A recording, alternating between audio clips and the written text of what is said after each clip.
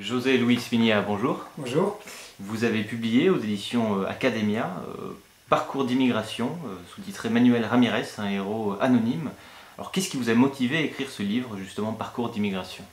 En fait, c'est en écoutant parler mon beau-père, Manuel Ramirez, un immigré espagnol, qui parlait de son passé avec un talent de conteur, mais il racontait des anecdotes avec de la description, mais aussi un peu d'analyse, un peu de contexte.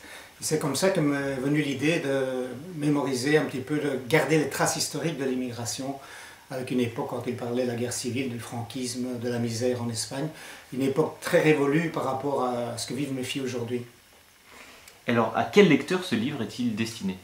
En fait, j'ai visé deux lecteurs. D'une part, un lecteur plus intellectuel, parce que j'ai voulu qu'au-delà de l'histoire de Manuel Ramirez et de sa communauté, toucher l'ensemble de la problématique de l'immigration, voir un petit peu le contexte social, le contexte historique et culturel de l'immigration.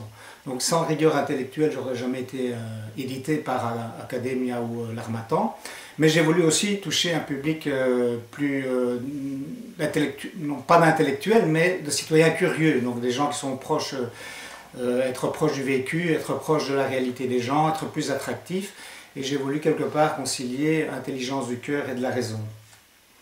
Alors justement, quel thème, en plus de l'immigration, aborde-t-on? De quoi parle-t-on dans ce livre? En fait, le livre est composé de trois grandes parties. La première partie, c'est ce qui précède l'immigration, c'est-à-dire notamment la période en Espagne, la fin de la Deuxième République, la guerre civile, aussi le franquisme, la lutte contre Franco, la misère, la vie quotidienne, la ruse, la débrouillardise, le flamenco, la vie sentimentale, tout ce qui précède en fait l'émigration et tout ce qui va pousser 1,5 million d'Espagnols à quitter l'Espagne.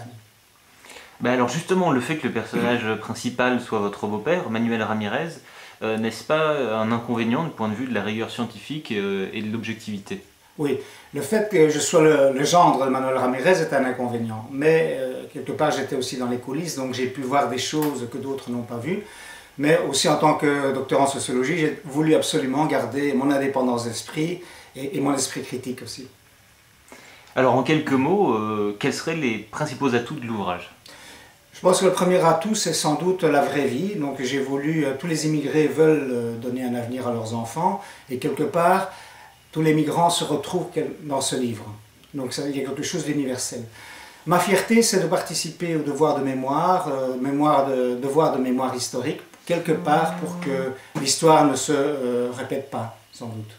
Et alors il y a aussi un clin d'œil, ça c'est la référence au sous-titre du livre, les héros anonymes de l'histoire. Manuel Ramirez, Jaime Pinilla, ce sont des gens qui ont fait du bien autour d'eux, qui ont été des anciens mineurs, des lutteurs, des militants contre Franco, et quelque part derrière eux, il y a une quête de liberté et de justice sociale.